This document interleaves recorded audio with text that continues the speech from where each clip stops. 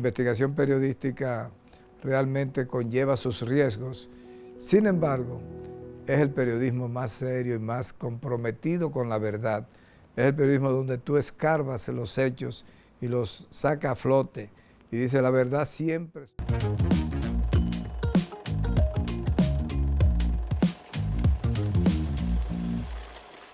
Yo soy Freddy Aguas Vivas.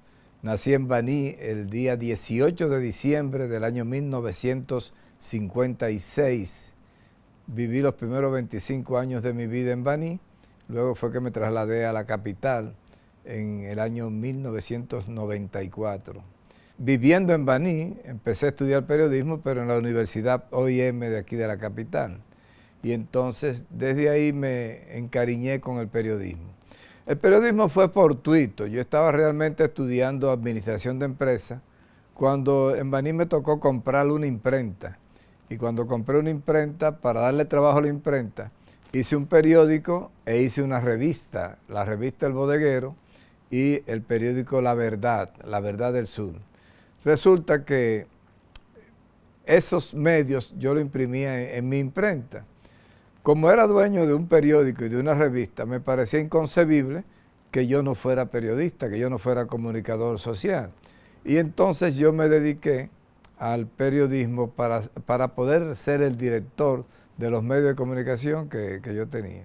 Ahí empezó mi vocación por el periodismo y por la literatura.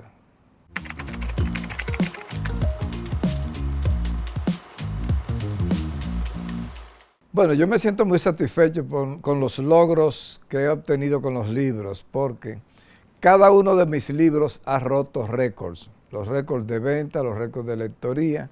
Yo, por ejemplo, escribí El olor del olvido, que lo publiqué en el año 2001, y ese libro en ese momento fue un acontecimiento.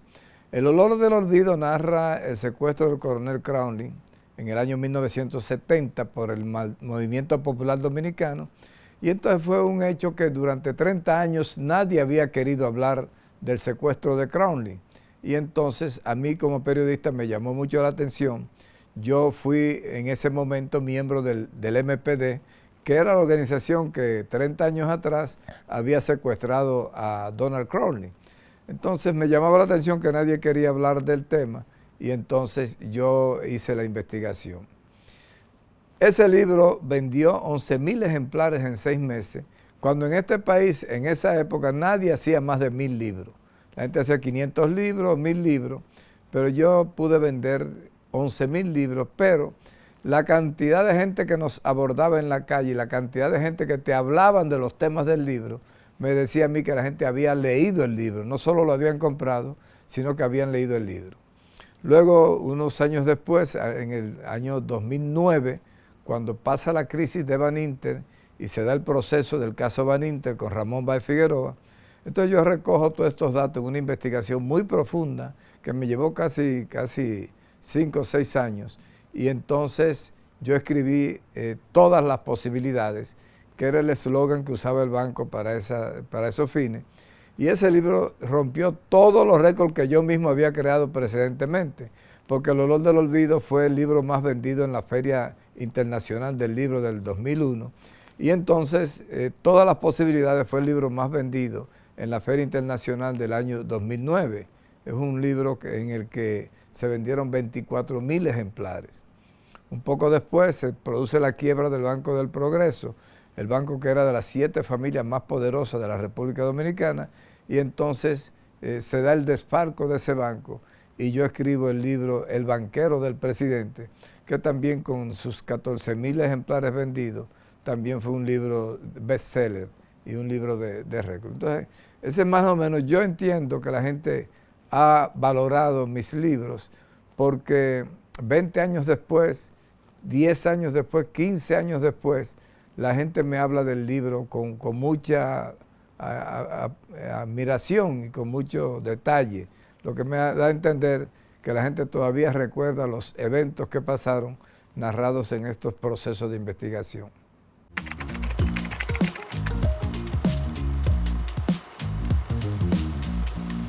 Bueno, en la investigación es siempre un compromiso y hay grandes riesgos en la investigación. Los casos que yo he tratado son casos que tocan a elementos muy poderosos de la sociedad y entonces eso nos hace correr muchos riesgos.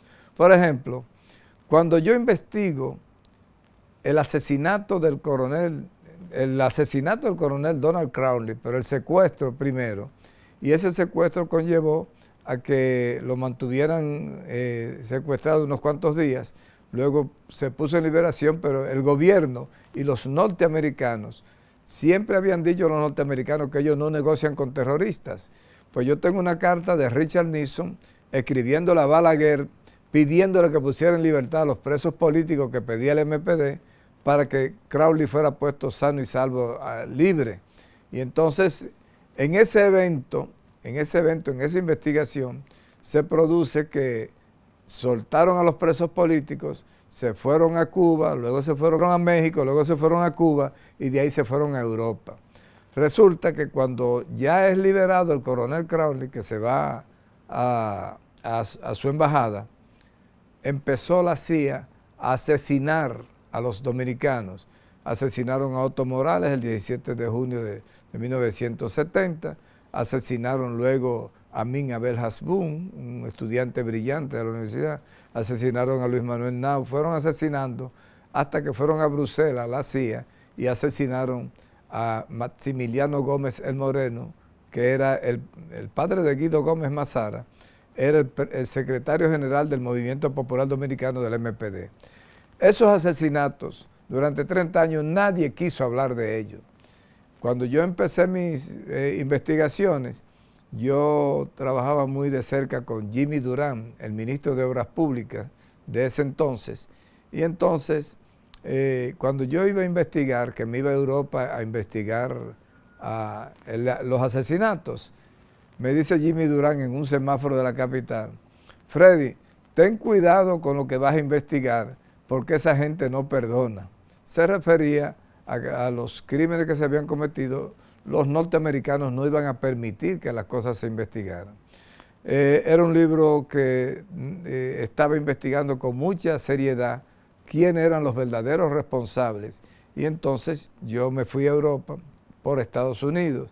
En Miami me detuvieron, me apresaron, me revisaron todo. Me detuvieron en Francia, en Suecia me extraviaron la maleta. O sea, yo me seguía acosado y perseguido en las gestiones que yo hacía, porque de alguna manera siempre apareció una manifestación de represión, una manifestación de persecución.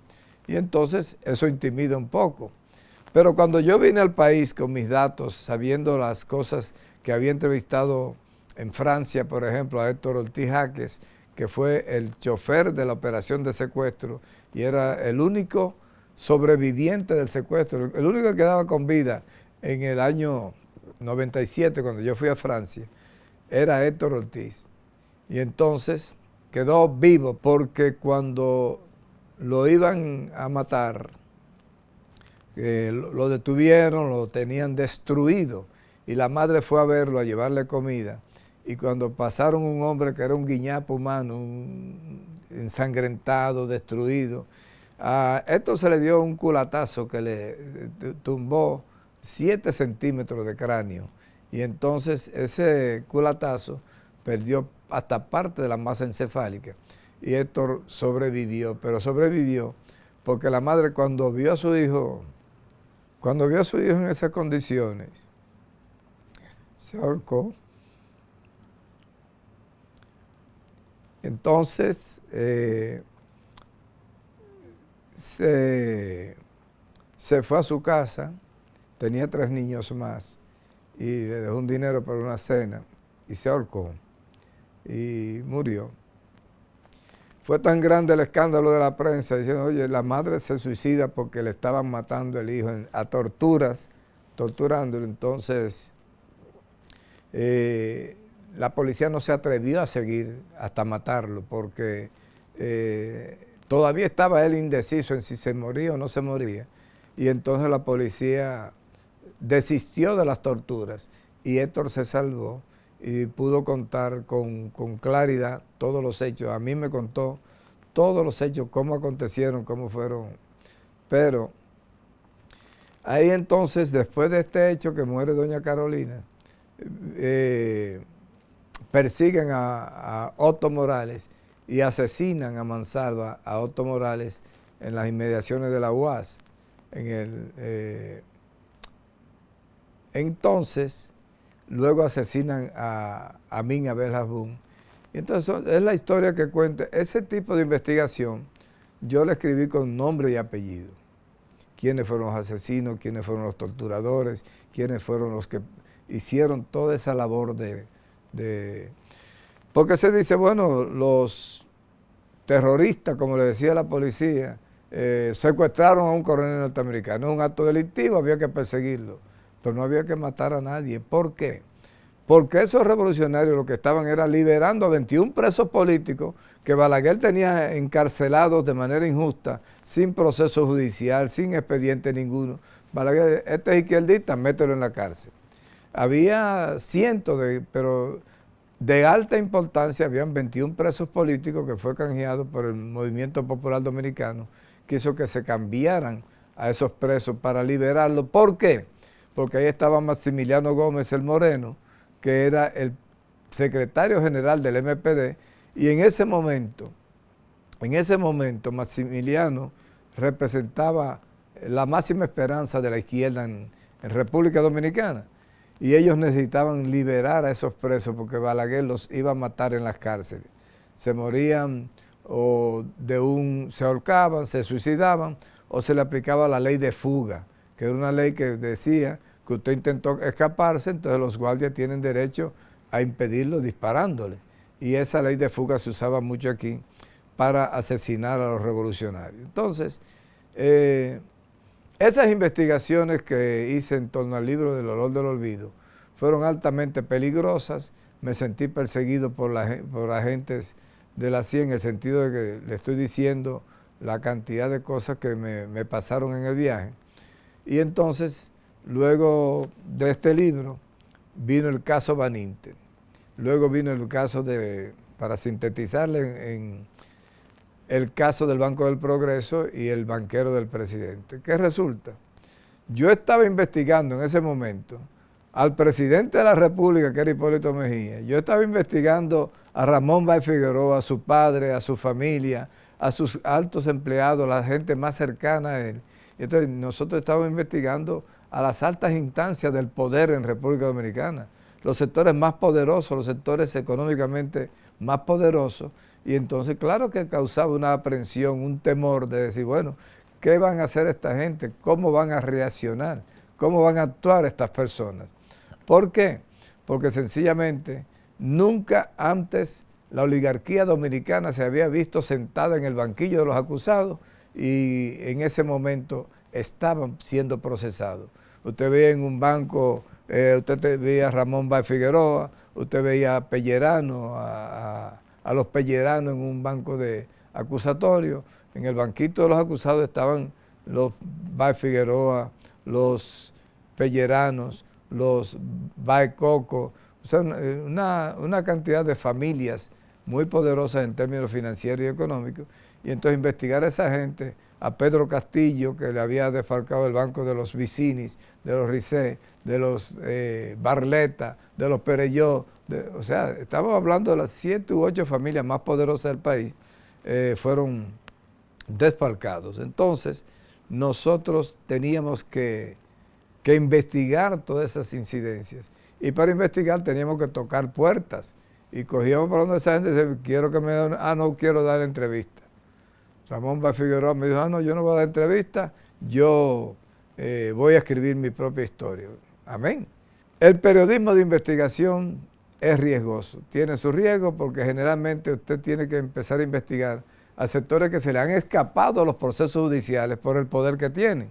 Y entonces cuando usted se mete la nariz en un tema de estos, muy fácilmente usted puede ser o agredido o desaparecido, se corren muchos riesgos. Sin embargo, es el periodismo que nos lleva a la verdad, es el periodismo que nos lleva a lo profundo. El periodismo puro y simple era un periodismo técnico, un periodismo, bueno, tenemos que aprendernos la pirámide invertida, venir de lo más importante arriba y entonces va bajando hacia lo de menos importancia. ¿Qué resulta? Que la pirámide invertida, en el lead de la noticia, en el primer párrafo que se llama entrada, en la entrada tenía que estar contenido todo lo que pasó en una noticia. En ese lead, en ese primer párrafo, usted tiene que decir qué, cómo, cuándo, dónde y por qué. ¿Qué pasó? ¿Cuándo pasó? ¿Cómo pasó? ¿Por qué pasó? O sea, tener que darle respuesta en un párrafo. En la mañana de ayer murieron 3 personas producto de un tiroteo que se produjo en el barrio de Villa Juana por un punto de droga, que todo tiene que salir en el primer párrafo. Todo lo que pasó, entonces usted luego lo detalla. Era un periodismo técnico, por eso te enseñaban a hacer una noticia. Ahora, lo primero que hacían en la universidad era prohibirte que tú opinaras en la noticia, que tú dieras tu parecer, que tú interpretaras la noticia. Y entonces eso sencillamente representaba una especie de condicionamiento o acondicionamiento de lo que tú ibas a escribir, porque tú eres el que viviste la noticia, el que la viste, pero el periodista tenía prohibido opinar. Entonces, contrario a lo que pasa hoy, que ya todos somos periodistas, al contrario, una noticia en la que usted no aporte su parecer, no tiene sentido y usted no es buen periodista. Entonces, ahora sí usted tiene la oportunidad, con esas investigaciones, usted podía entonces explayarse, decir lo que había descubierto, las entrevistas, citaba fuentes. Y entonces tenemos un periodismo más profundo, más real, más verídico, porque el solo hecho que usted redactara una noticia de lo que pasó, sin opinión, sin detalles, sin recursos, entonces eso dejaba al lector, lo dejaba huérfano de informaciones. Entonces por ahí más o menos anda la diferencia entre el periodismo investigativo, la posibilidad que tienes de adornar de grandes datos, de grandes informaciones, de descubrimientos, porque el periodista investigador descubre una cantidad de cosas en torno a la noticia. Nunca nada es como parece. Siempre hay cosas que van apareciendo en el camino de la investigación y uno entonces da con la verdad y la busca donde quiera que se encuentre.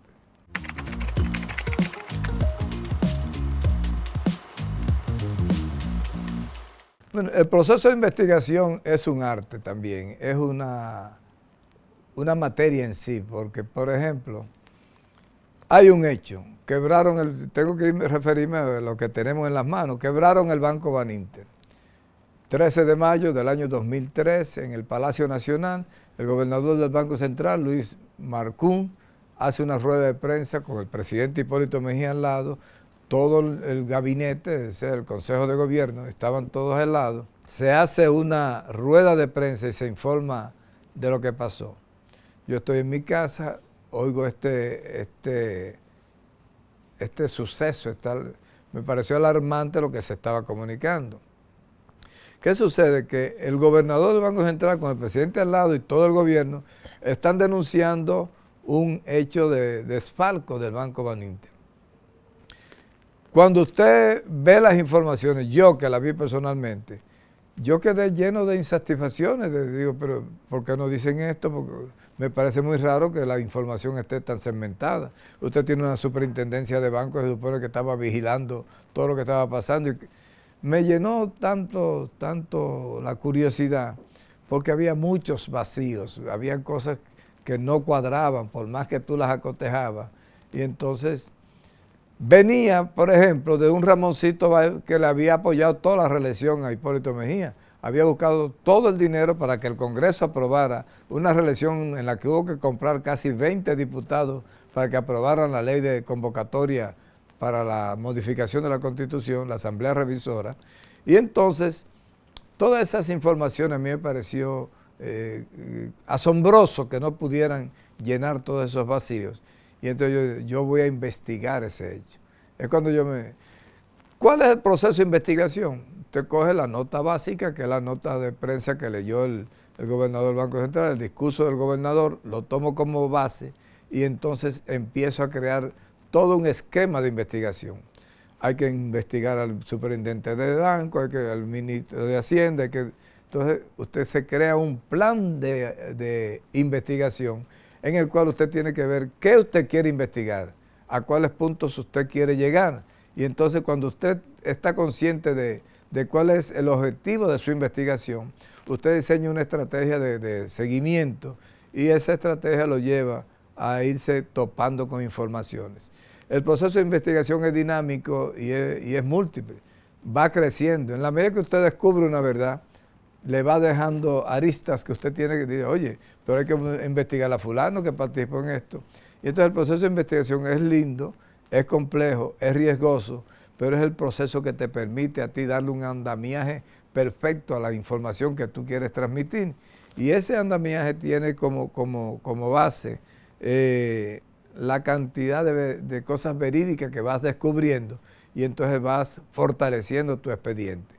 No te puedes sentar a escribir hasta que tú no tienes en el piso, preferiblemente, o no te caben en el escritorio de la casa. Cuando tú no tienes las pruebas, las evidencias, las noticias, las entrevistas, todas las entrevistas grabadas para que no pudieran decir que no, que yo no dije eso.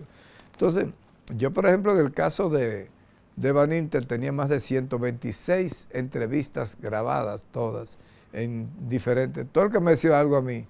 Por eso nunca nadie pudo, ninguno de mis libros, pudo demandarme, pudo actuar por difamación, por injuria, sencillamente porque yo tenía mis cosas bien investigadas y cuando la escribía sobre la base de una investigación muy seria, muy profunda, muy objetiva. Y entonces, por eso le digo que el proceso de investigación en esos casos es un proceso que tiene mucha, es fundamental para que la información salga nítida, es necesario hacer una investigación muy profunda.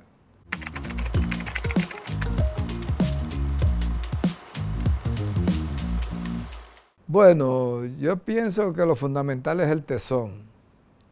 Hay que decidirse a hacer algo y saber que eso tiene sus riesgos, que eso tiene sus ambivalencias y que eso tiene sus dificultades. No cae del cielo una investigación. Y entonces, si hay un periodista que quiere ser un buen comunicador, que quiere ser un buen investigador, necesita ser tenaz, tesonero, perseguir la verdad donde quiera que se meta. Y eso le va a dar un espacio interesante para encontrar cosas. Muchas veces empiezas investigando una cosa y las verdades que vas encontrando en el camino son más interesantes que la que te motivó a la investigación. Entonces, los periodistas de hoy deben entender que la investigación de hoy no es la del ayer. Yo empecé en el 1986 a investigar el caso de Crowley y lo publiqué en el 2001. Yo tuve que pasarme 15 años investigando un caso para yo publicar la primera letra. Entonces con Ramoncito Bay y el Banco Van Inter pasó otro tanto. Eso fue en el 2003, yo escribí en el 2009, 6 años después. No puedes apresurarte creyendo que tienes una noticia y que ya sales huyendo y la publicas. Entonces, es una experiencia buenísima que entiendan como un ejercicio ético, como un ejercicio profundo de la labor del periodista, es ser serio en la investigación, ser honesto y no tergiversar los datos, porque al final se te revierte la historia en cualquier momento.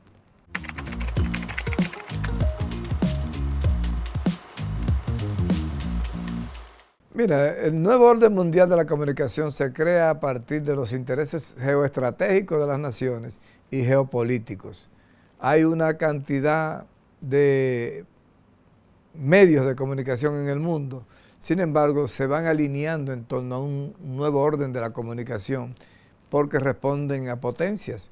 Las potencias como la norteamericana, como la rusa, como la china, como la inglesa o estadounidense, son potencias que van diseñando un esquema de información que corresponda a sus intereses.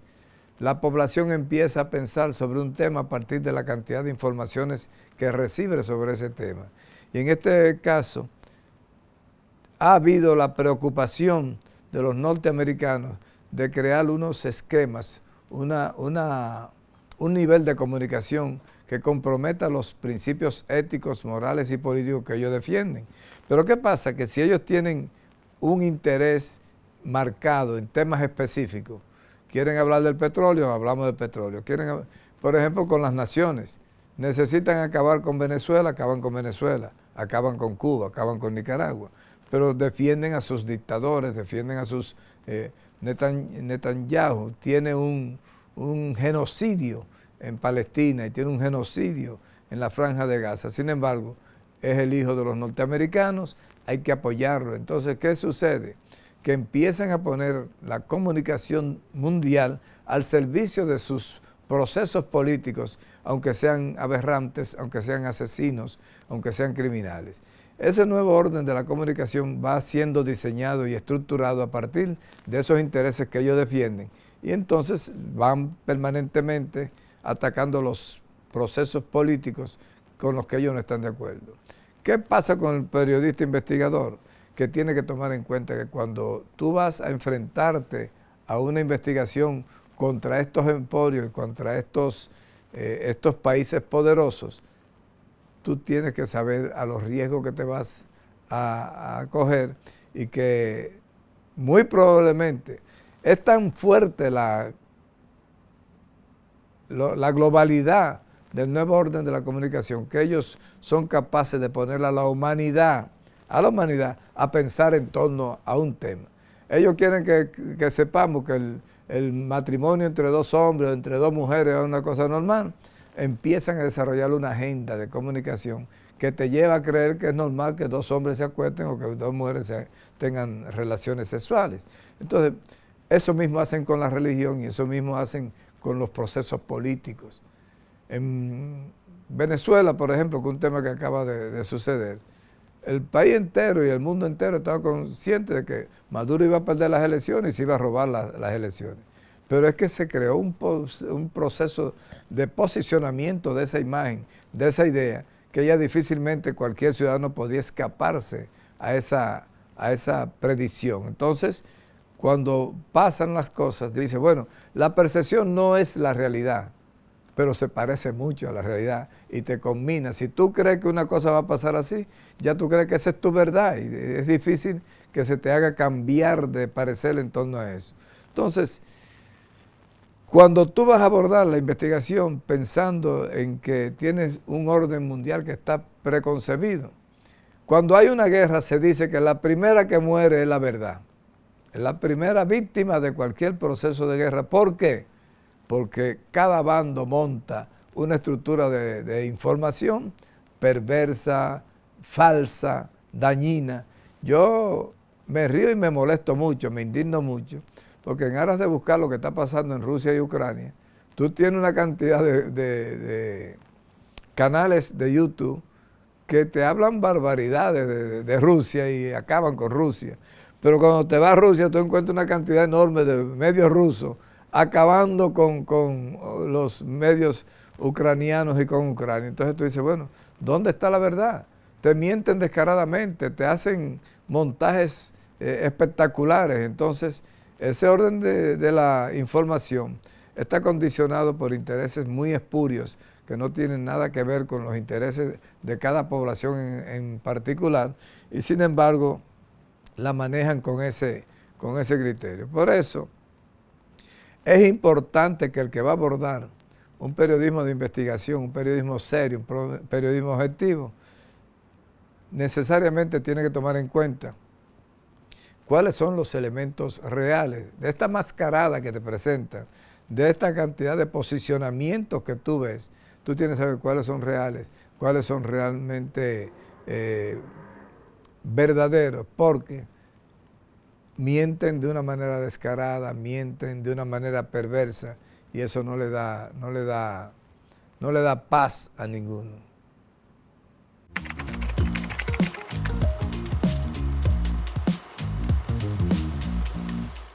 Las dos cosas. Pueden ayudar y pueden amenazar, con el riesgo altísimo de que nos gane la carrera la tecnología y la inteligencia artificial. ¿Por qué? Señores, el mundo que nosotros conocimos, nosotros tenemos tal vez la dicha de haber nacido en una época en la que nos tocó la mitad análogo y la mitad digital. Ya tú nos ves a nosotros ponchando un teléfono, un smartphone, con una habilidad tremenda y con una destreza, pero tú dirás, bueno, el nacido digital yo veo mis niños, mis nietos, te manejan esos aparatos, pero con una soltura, con una destreza tremenda. Y entonces tú dices, bueno, ¿qué está pasando en el mundo con esta tecnología? Que llega un momento en el que ya están naciendo los primeros los primeros bebés de la tecnología de la Z, creo que ella. ¿Por qué? Porque sencillamente esa gente va a ser netamente digital. Esa gente no va a acordarse que había un teléfono de discado, no va a acordarse de lo que eran los descubrimientos de antes.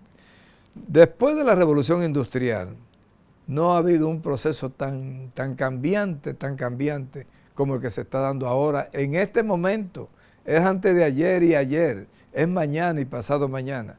Hay un mundo que está cambiando a una velocidad tan pasmosa que antes tú decías, bueno, en 25 años la inteligencia artificial va a tener, ahora dicen, no, en 10 o 15 años, y van bajando porque en la medida que se avanza en el descubrimiento de la tecnología, entonces ya el mundo no existe. Yo le voy a poner un ejemplo que nos toca a todos, una encuesta.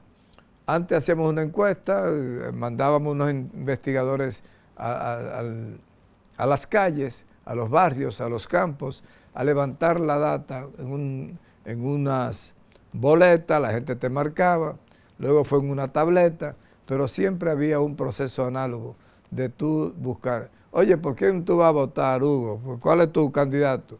Ah, Juan de los Palotes. Entonces, la tecnología moderna nos dice, tú puedes engañar a un entrevistador, tú puedes manipular los datos de un encuestador, tú puedes hacer lo que tú quieras con una encuesta, pero a tu celular tú no lo puedes engañar. No puedes. Si tú le diste like a una expresión, a un mensaje, si le diste like, ya no hay forma de que tú puedas borrar ese like, de que esté contabilizado en algún momento de la Big Data que tú le diste like a una ropa deportiva, Nike, tú te gusta la Nike. Entonces, llega un momento en el que tú no puedes ocultar tu personalidad a tu teléfono. La totalidad de la personalidad de un ser humano queda evidenciada, queda registrada, queda una huella digital. Esa huella digital tiene tanta importancia como que para la vida entera te va a perseguir. Y entonces tú dices, bueno, no tengo que ir a mandar encuestadores a la calle. Dame tu teléfono. ¿Qué teléfono es, Hugo? Entonces cuando yo veo tu teléfono, ahí me dice qué ropa de marca tú usas, cuáles relojes te gustan, qué deporte tú eres apasionado, fijo, cuáles son los restaurantes que más te gustan, la carne. Toda tu vida está registrada en un teléfono, en unas acciones digitales que tú has emprendido. Entonces, el resultado es el siguiente.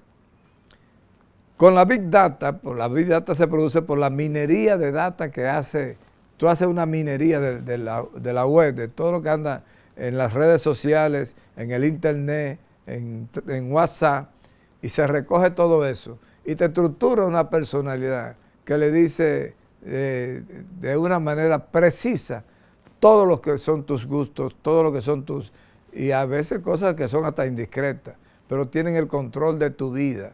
¿Por qué? Pues yo digo, bueno, como a Hugo le gusta mucho el baloncesto y tiene vamos a mandarle anuncios de cosas de baloncesto. Mira ahí donde está Michael Jordan, mira dónde está fulano de tal. Y entonces se hace lo que se llama segmentación del mercado.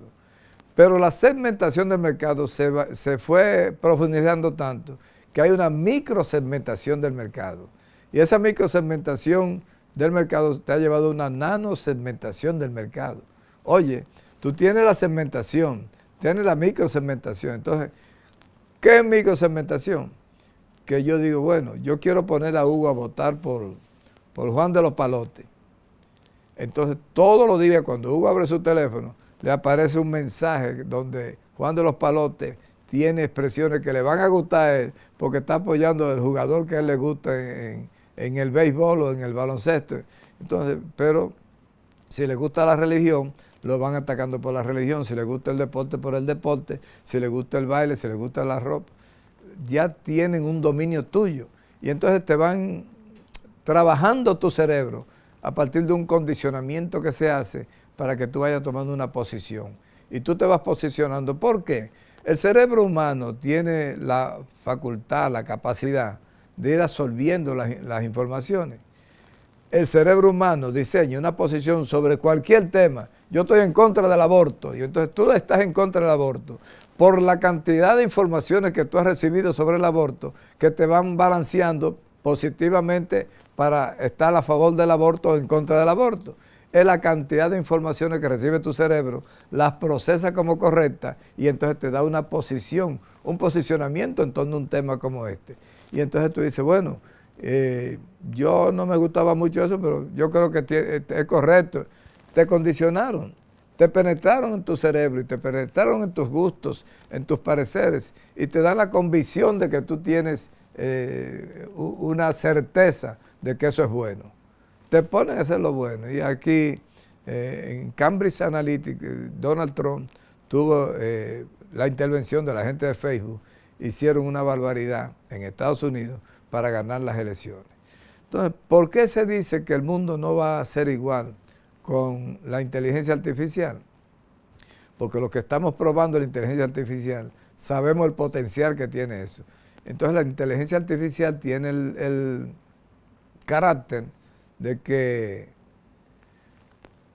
la cantidad de informaciones que necesitaba absorber, ya se está diciendo que ya las absorbió todas. Tiene todas las informaciones que había empaquetadas en el mundo y ahora quiere ir por más. Y entonces, ¿qué va a pasar cuando la inteligencia artificial quiera ir por más informaciones y ya no hay más informaciones? Entonces, ¿cuál es el gran debate que deben estos jóvenes concentrarse? El gran debate es lograr que la inteligencia humana nunca sea superada por la inteligencia artificial, porque corremos riesgo en todos los sentidos. Y yo te digo, ya yo como periodista, si fuera un redactor, empezaría a tener temores de qué va a pasar conmigo, porque ya la inteligencia artificial lo hace todo. ¿Qué tú quieres saber de la inteligencia artificial? Que no sepa la inteligencia. Entonces, cuando eso se produzca, ¿qué va a pasar?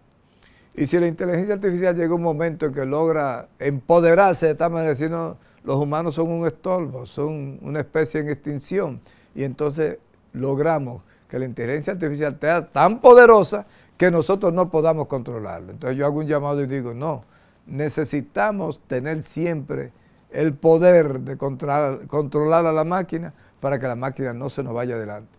Como la inteligencia artificial es creada por la inteligencia humana, lo que hay que garantizar es que la inteligencia humana siempre vaya un paso adelante de la inteligencia artificial, porque de que es importante, es importantísimo para la cantidad de cosas que estamos logrando.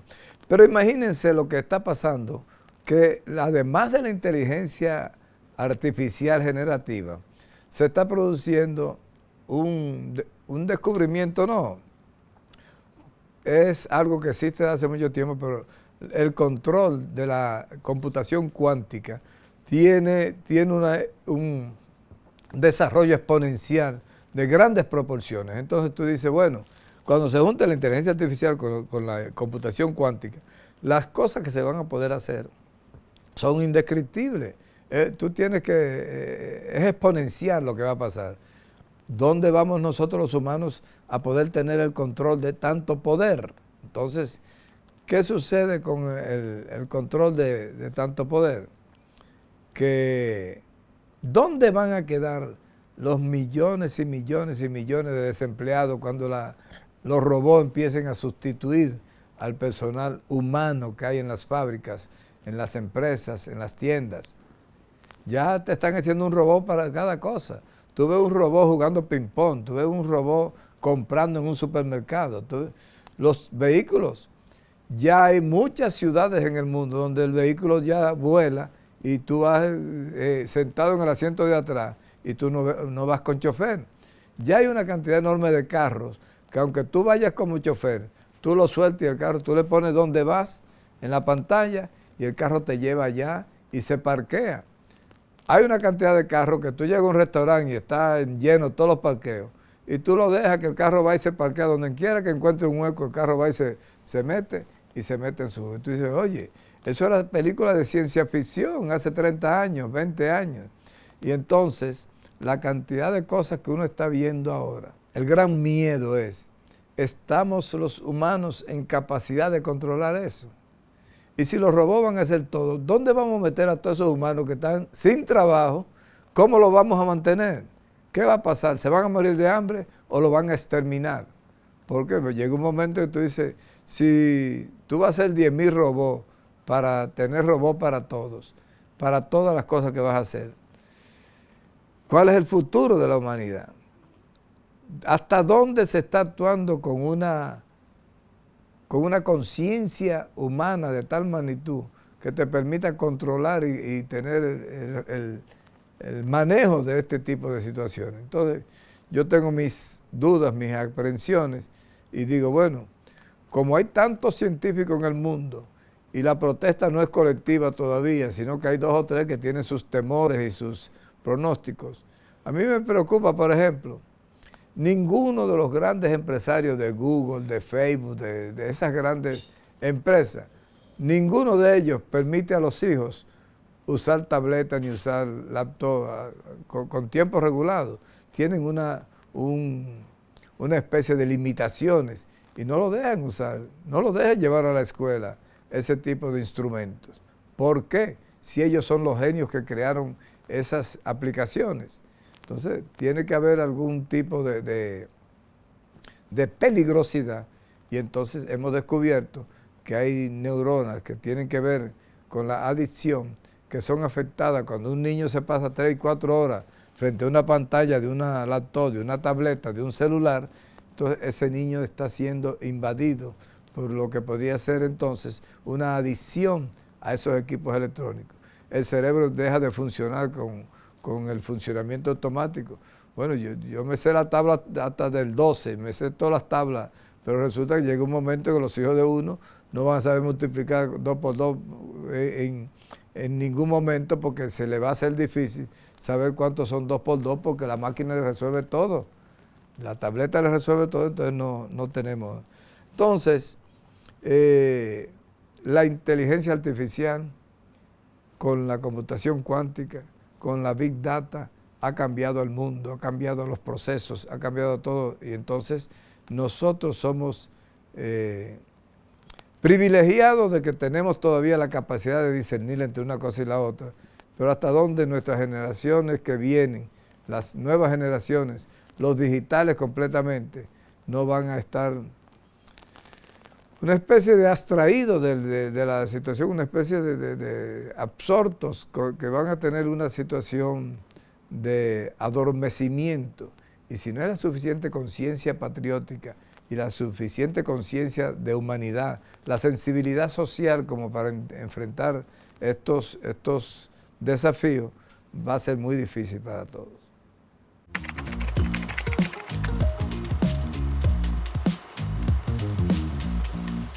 Nuestros modelos educativos son un fracaso total.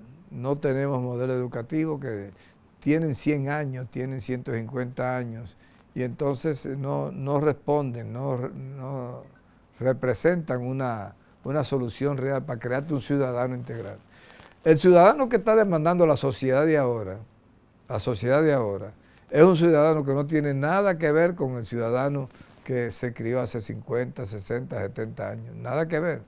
Es más, la transformación es tan profunda y tan impactante que lo que está en juego es la civilización, no la generación. No es esta generación, ni la otra generación, ni la otra generación. Es la civilización la que está en juego, porque están cambiando, todos los paradigmas están cambiando. Ya no podemos hablar de un muchacho del siglo XX o del siglo XXI, porque sencillamente ahora viene una generación de nativos digitales, que esos nativos digitales van a transformar a la humanidad y nosotros vamos a ver una nueva civilización. Nosotros puede ser que la veamos porque en 10 o 12 años es muy probable que esa generación ya esté aquí, pero se están haciendo los cambios de la civilización, todos los paradigmas que nos generaron estas civilizaciones pasadas. Es más, tú sumas el descubrimiento del fuego, el descubrimiento de la rueda, la revolución industrial, la máquina a vapor, tú sumas todos los grandes descubrimientos. Es más, hasta la telefonía y la televisión, que fueron de una época tecnológica supuestamente explosiva, ¿verdad? Cuando tú descubres la televisión, la radio, la telefonía. Todo eso se fue a la historia, todo eso se fue a un pasado tan lejano que tú le hablas a los muchachos de esos televisores y se van a burlar de ti, porque no van a entender de que tú les estás hablando. Entonces, hay un cambio generacional, pero hay un cambio de civilización. Y ese cambio de civilización necesitamos hacer un modelo educativo en el cual ustedes sabían que dentro de muy pocos años, no van a haber bibliotecas físicas. Y que en Baní yo tengo la biblioteca de Baní, 3.000 libros, 5.000 libros, 10.000 libros. Tú tienes 10 millones de libros en tu celular, 20 millones de libros en tu celular. Entonces, ¿para qué tú vas a entrar a una biblioteca, estar 2 horas, 3 horas sentado en una mesa, hojeando un libro de pasta, un libro de páginas, cuando tú tienes en tu casa, lo puedes poner en la televisión, lo puedes poner en YouTube, lo puedes poner en un software cualquiera, y tú en tu casa tú haces la tarea que tú quieres? Es más, ya con todo lo que andamos con ChatGPT ahora, tú solamente le preguntas a ChatGPT lo que tú quieras y te va a dar todas las informaciones que necesites. Y entonces tú dices, ¿para qué yo necesito una biblioteca? Hazme un edificio para la biblioteca pública de Baní, pero no van a existir las escuelas. ¿Para qué tú necesitas escuelas si tú tienes los instrumentos para llevarle ese modelo educativo a la casa, al niño de ahora? El niño de ahora, él mismo te va a buscar todo lo que necesita, porque es digital, es un niño que no va a tener ningún vínculo con el pasado análogo que nosotros vivimos.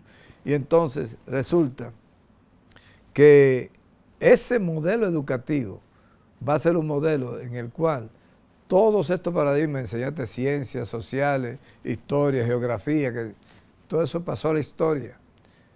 Entonces tú tienes la facilidad de que con los instrumentos que tienes a mano puedes resolver el problema educativo desde tu casa, desde tu trabajo, desde una playa, de un resort, porque sencillamente no hay que ir a la escuela. Y todas esas escuelas va a haber que regárselo a los pobres para que se muden, porque no van a existir las escuelas. Y así van a desaparecer muchas cosas, porque los carros, como lo conocemos, las 4 gomas, la transmisión, el cambio, la palanca, vienen sin palanca los carros de ahora. Los que se están haciendo, que son automóviles autónomos sin chofer, vienen sin palanca, vienen sin guía, vienen sin freno. Tú no tienes que meterte nada. Siéntate a leer ahí el periódico, que ellos te van a llevar a tu casa sin ningún tipo de problema. Entonces, esa es la escuela que viene, la escuela nueva, la escuela que no tiene nada que ver con la escuela anterior.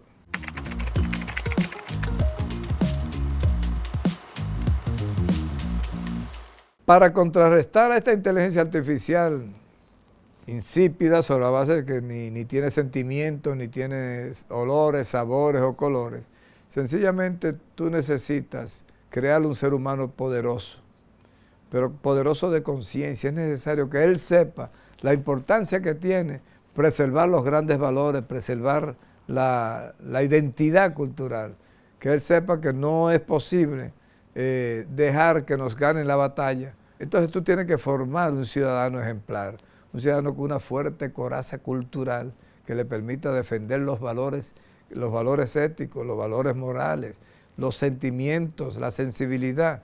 Entonces, si no somos capaces de dejarle esa partecita humana a nuestros hijos, nuestros nietos y nuestros bisnietos, entonces perdimos la batalla, perdimos la guerra.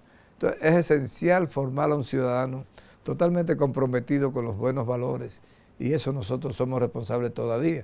Transmíteselo a tus hijos, transmíteselo a tus nietos, para que ellos a su vez vayan dotando a sus hijos de esa identidad cultural que se necesita y que es fundamental para preservar los valores.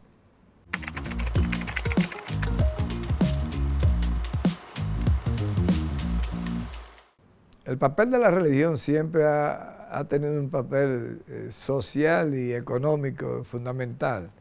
Pero, ¿qué sucede? Decía Mao Zedong, el líder de la Revolución China, que ganó la revolución en 1939 en China, le ganó a Chiang Kai-shek. El líder de la revolución decía que la religión era el opio de los pueblos.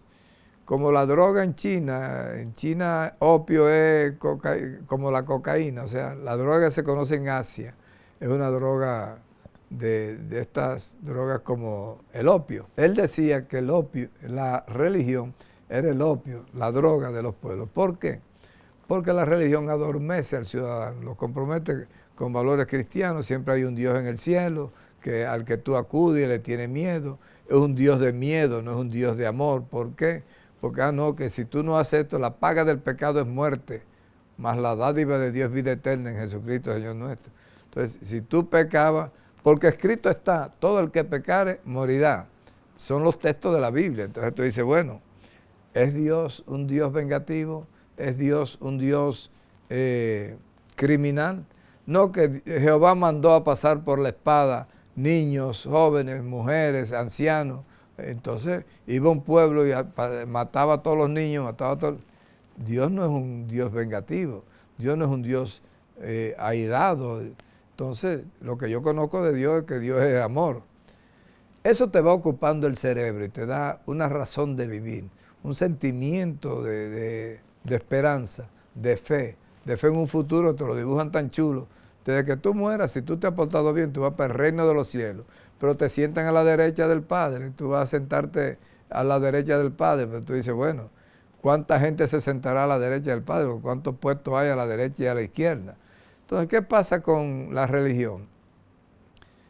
Que si las naciones no tuviesen una motivación que le diera una esperanza, que le diera una fe, que le diera una convicción, las naciones estarían depravadas, andarían sin ningún tipo de mira, no tendrían brújulas.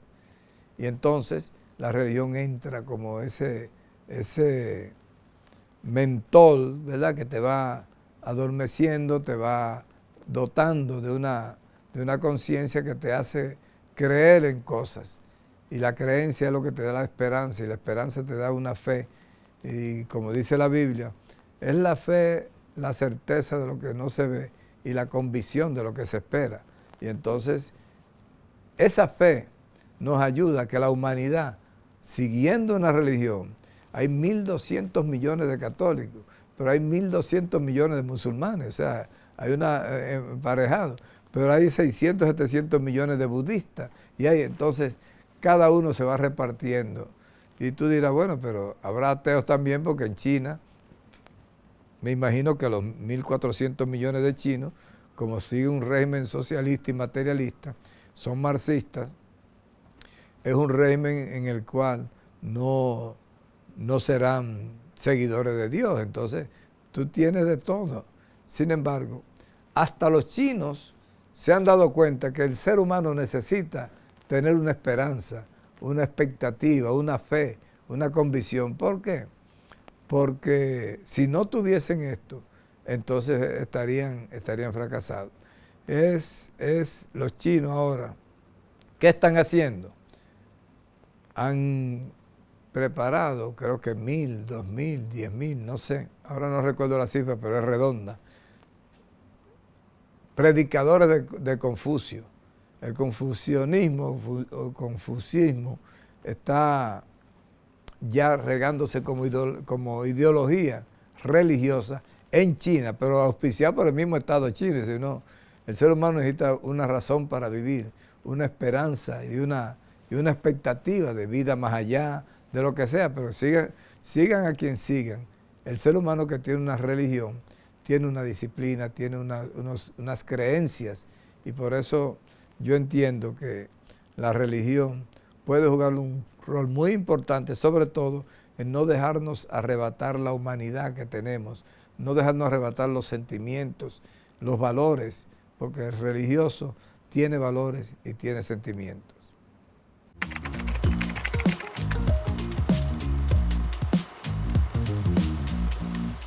La cultura es la herramienta más importante que tienen los pueblos para proteger su identidad cultural.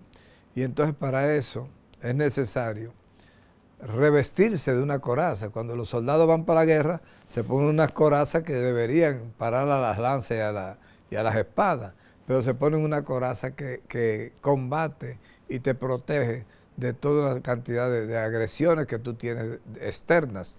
Entonces, en este momento yo pienso que esa coraza es necesario hacerla a través de la cultura. si tú tienes unos fuertes valores culturales, si tú tienes arraigados pensamientos de tu formación, de tu historia, de tu forma, el arte. Nosotros estamos aquí en una galería de arte de extraordinario valor, pero ese arte, señores, representa nuestra verdadera fortaleza, nuestra verdadera identidad. Es más, es tan profundo el aporte que hace la cultura y la necesidad de que los pueblos estén culturizados. Es tan profundo que ya se ha descubierto la fórmula de buscarle el aporte que hace la cultura al desarrollo de los pueblos. La cultura representa hasta ahora, en este momento, un 1.9% del Producto Interno Bruto como aporte de la cultura al desarrollo económico de un pueblo. Eso no se había visto, sin embargo, ya representa 1.9, casi un 2% del Producto Interno Bruto. Y se dice fácil, cuando tú tienes que el Producto Interno Bruto es, no sé si está en 600 mil millones de dólares, tú te das cuenta que en ese aporte de la cultura es fundamental, es esencial. Y entonces te robustece, te da mucha calidad. Cuando tú eres capaz de concatenar, de congraciar a los valores culturales diferentes, a las ramas de la cultura, todo es cultura. En una nación todo es cultura, todo lo que se mueve representa tu aporte cultural, tu acervo. Ese acervo se crece en la medida en que tú te capacitas, te preparas. Entonces, cada vez que tú tienes un artista que te hace una obra de arte, eso te enriquece el acervo cultural. Te hace lo mismo un pintor como un escultor, como un poeta, como un literato.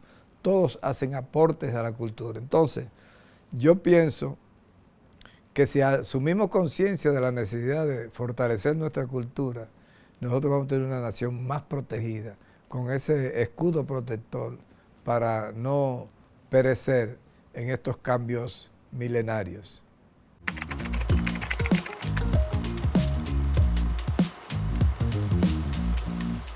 La juventud, uno tiene la idea de que anda arrasando con todo. Yo tuve la suerte que a mis 17 años yo fui presidente de la Asociación de Clubes Culturales de la provincia de Peravia, ACPP, y la Asociación de Clubes Culturales tenía 84 clubes culturales y recreativos en el año 1973. Y resulta que a través de esa fundación, de esa asociación y todas estas entidades culturales, nosotros desarrollamos políticas culturales muy integrales para todos, porque eran clubes de los barrios y de los campos de Baní y de la provincia de Peravia. Entonces, ¿qué representaba? En esa juventud que yo tenía, 17, 18 años, 19 años, sobresalía el amor que le teníamos al desarrollo cultural, anteponiendo lo que en ese momento estaban llegando los pericos aquí, las drogas, la marihuana y las discotecas, la música norteamericana. Y entonces, porque la música americana nos invadió a partir de la Revolución de Abril y la droga también.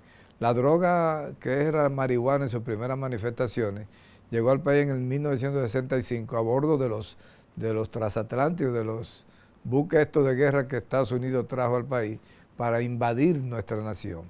Y entonces los soldados, para poderse mantener en lucha, amaneciendo, en servicio, usaban mucha marihuana y eso les permitía cumplir con su labor. Sin embargo, empezaron a meterle a la juventud. Ellos vieron que fue una juventud revolucionaria, militante. La juventud en el año 1965 se fue a las calles a pelear por la Revolución de Abril. Aportó muchos muertos, mucha sangre la juventud, pero fueron jóvenes valientes. Y entonces los norteamericanos se trazan como una estrategia de dominación, meter a esos jóvenes a la droga, de tal manera que no tuvieran inquietudes sociales, sentimientos revolucionarios, desarrollo cultural, no tenían. Entonces, ¿qué pasa a un joven de 25 años? Yo le digo, es un cambio generacional tan profundo que es difícil que ellos entiendan. Que un joven de ahora se imagine en la posición de un joven de los años 70, por ejemplo. Y entonces, ¿qué decirle?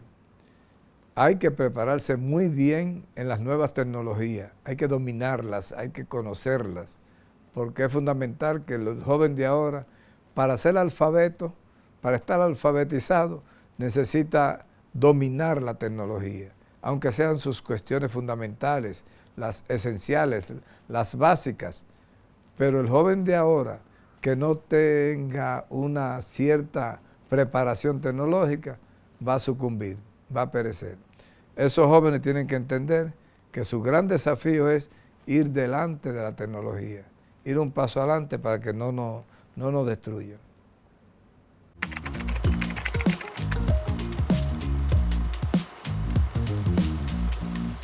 Uno empezó leyendo a Afanasieff, lo que era la filosofía política de Afanasieff en los años 70. Y entonces después tú pasabas a Marta Haneke a leer los conceptos elementales del materialismo histórico de Marta Haneke. Entonces tú tenías a José Ingeniero, por ejemplo, El hombre mediocre. Y ¿qué pasa con esos libros? Que entonces llega un momento que de Rusia nos viene Mario Puzo y nos escribe una obra como La Madre de Mario Puzo, una obra maravillosa, escalofriante. Pero de La Madre Mario Puzo escribió entonces El Padrino que fue llevado a la pantalla gigante con las mejores películas de los últimos 100 años, El Padrino 1, 2 y 3, una mejor que la otra, la número 1 era la maravillosa, pero estaba Marlon Brando al frente y Al Pacino, que también estaba ahí. Entonces, y Robert De Niro, eran un elenco de altísimo. ¿Qué pasa con esa literatura? Que cuando tú coges a García Márquez y te encuentras con 100 años de soledad, tú te obnubilas. O sea, una obra perfecta. 100 años de soledad, cumplió ahora creo que 70 y pico de años, 76 años, y resulta que es una obra, todos los grandes récords de una obra cualquiera están tomadas en 100 años de soledad, y entonces es una obra que nos apasionó en la juventud. Uno se ve obligado a leerla cada 20 o 25 años, darle una lectura de nuevo, porque yo te digo, para mí la obra mejor escrita en idioma castellano es 100 años de soledad.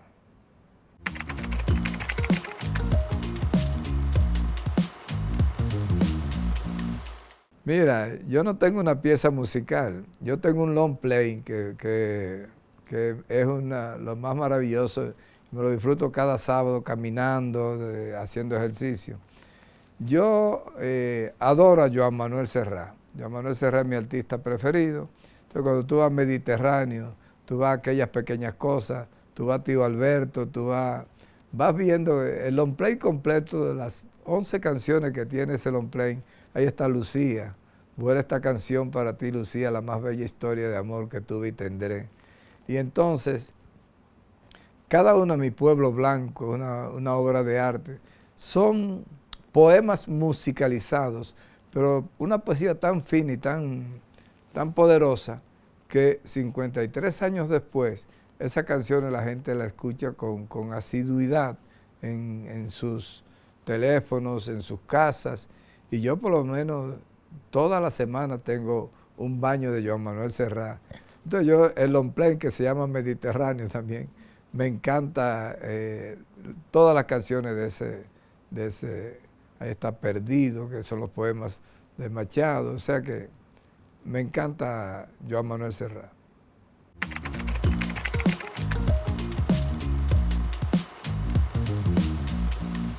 Bueno, yo pienso que ya tengo 3 grandes obras que ninguna ha sido superada todavía en la República Dominicana. Empecé mi primera publicación en el 2001, o sea, yo tengo 23 años que publiqué mi primer libro. Y ninguna publicación dominicana ha superado los éxitos de mi primer libro, que no fueron los más destacados, porque después siguió todas las posibilidades y después El banquero del presidente, y cada uno fue rompiendo los récords del otro. Entonces, yo pienso que estaría ese legado. Sin embargo, yo me siento muy satisfecho cuando una gente 20 años después me habla del olor del olvido con detalle. No, mira, pero que a Miriam no la mataron así, la descuartizaron por tal cosa. Entonces vienen y te hablan. Y otro gran orgullo que yo me llevo, que quiero que quede escrito eso, que quede bien latente. Una gran satisfacción que yo tengo. La gente se sabe el nombre de mis libros. La gente me dice, oye, en el olor del olvido, tal, 23 años después. El olor del olvido, un nombre que tampoco es tan fácil, ¿verdad? La gente me dice, no, pero mira, que en todas las posibilidades, me habla de todas las posibilidades y me hablan del banquero del presidente.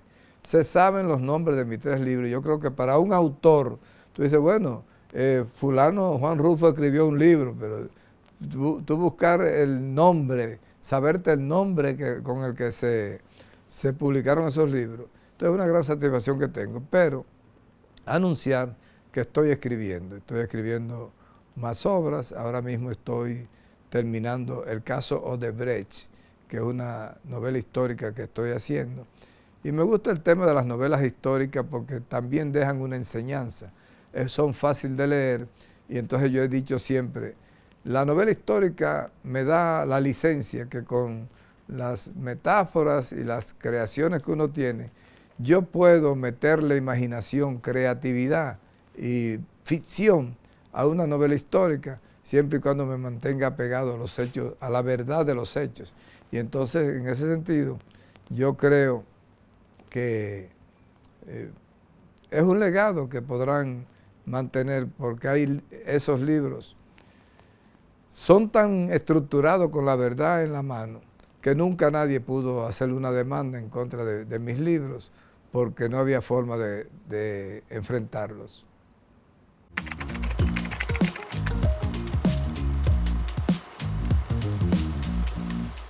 Es importante que los jóvenes de ahora sepan que no es fácil el camino, que es un camino riesgoso, tortuoso. La investigación periodística realmente conlleva sus riesgos. Sin embargo, es el periodismo más serio y más comprometido con la verdad. Es el periodismo donde tú escarbas los hechos y los saca a flote. Y dice, la verdad siempre surge, siempre. Entonces, en este momento yo pienso que el que quiera hacer un periodismo trascendente, un periodismo de importancia, debe pensar en investigación periodística, porque tú puedes usar un periodismo de farándula, hacer deportes, hacer sociales, noticias como redactor o reportero, pero nunca vas a dejar una impronta, una estela que te siga por vida a ti y a tus hijos, si no eres capaz de abordar temas trascendentes como eso. Investiga, descubre cosas que la gente lo va a apreciar y te lo va a agradecer.